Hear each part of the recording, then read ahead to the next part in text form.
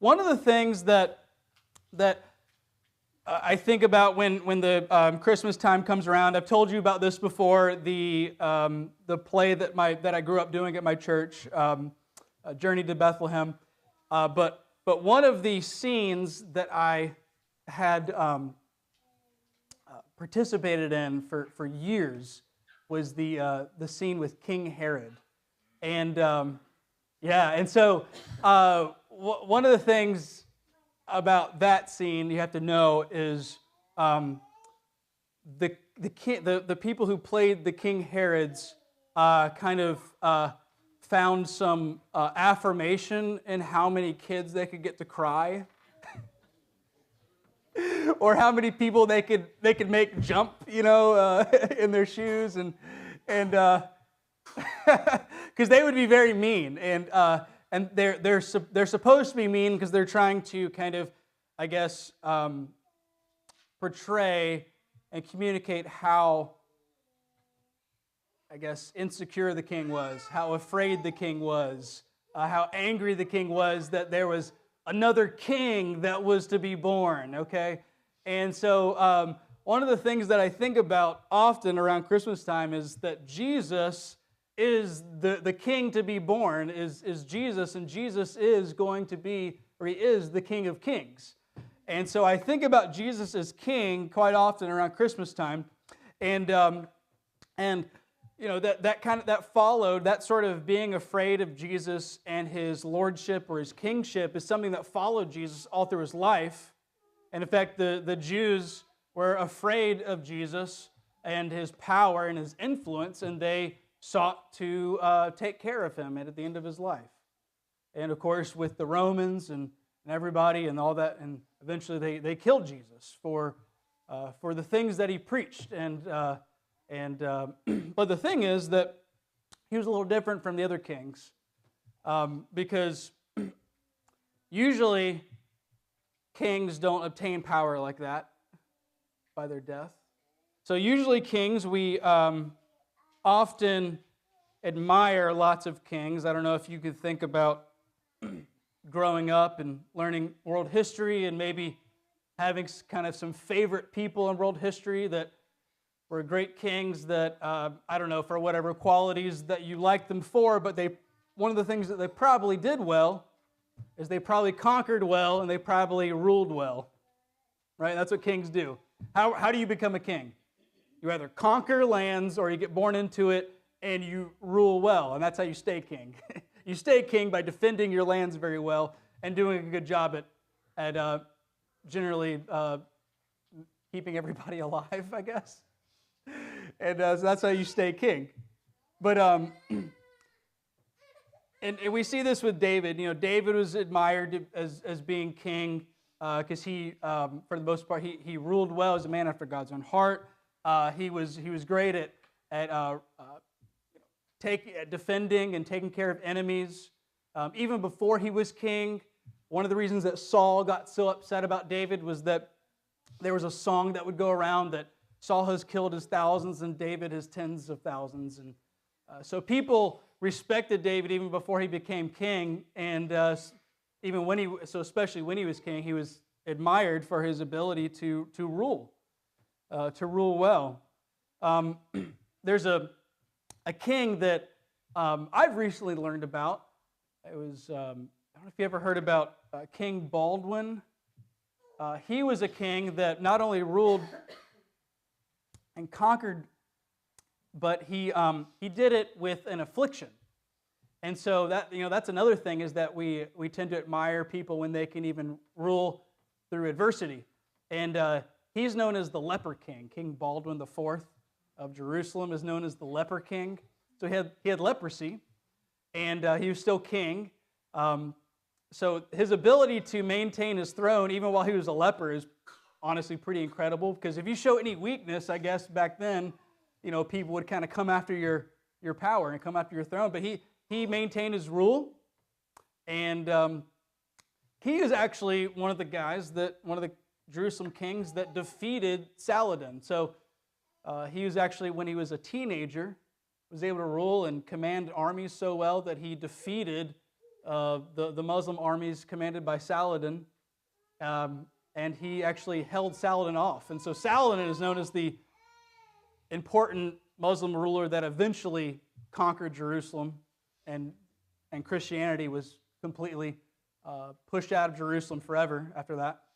Not forever, but till Christ comes back.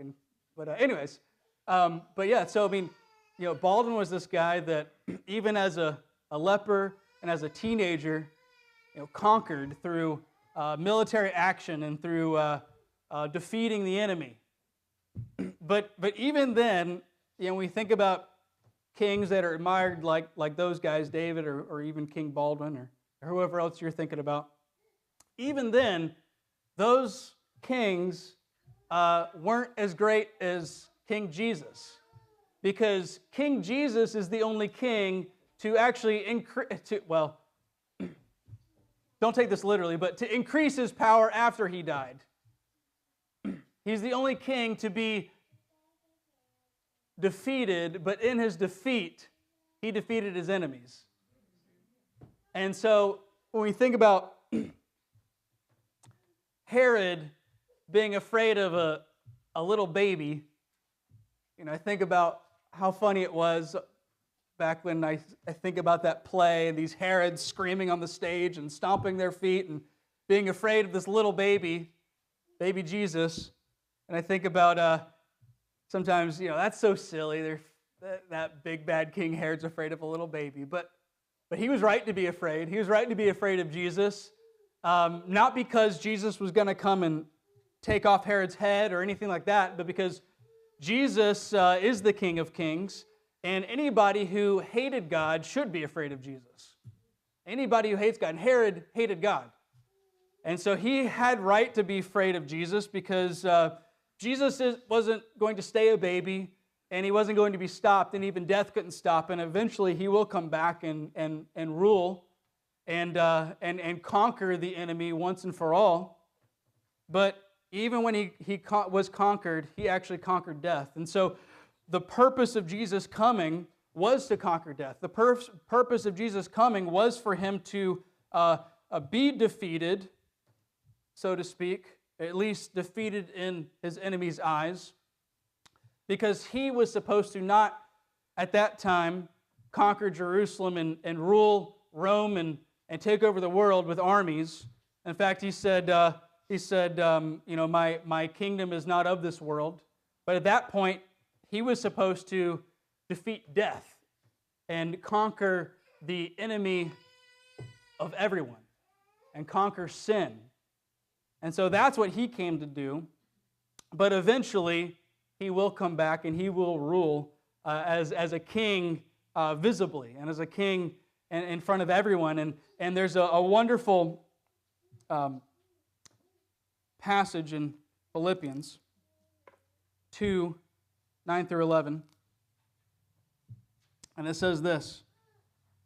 It says, "Therefore God has highly exalted him and bestowed on him the name that is above every name, so at the name of Jesus every knee should bow in heaven and on earth and under the earth, and every tongue confess that Jesus Christ is Lord, to the glory of God the Father."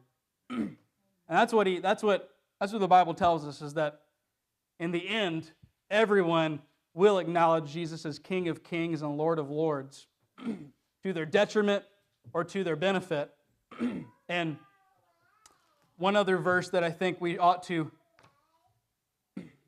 look at before we sing some more praise songs is this verse right here. So John 18, verse 36.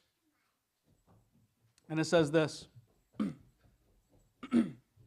Jesus answered, "My kingdom is not of this world. If my kingdom were of this world, my servants would have been fighting, that I might not be delivered to the Jews, but my kingdom is not of this world." And that's the verse that I was talking about that I just want to make sure we actually read. So that's the very reason that Jesus came, is to enact and establish his kingdom. And that's the kingdom that we get to live amongst right now. He is ruling with all authority. Eventually, though, like I said, everyone will acknowledge Jesus as King of Kings and Lord of Lords, because every knee will bow and tongue confess. And so as we think about Jesus coming as a baby, Jesus coming as a baby, he came to enact that. And right now, he hasn't come back again. He hasn't come back again to rule visibly and to cut down his enemies and raise up his friends.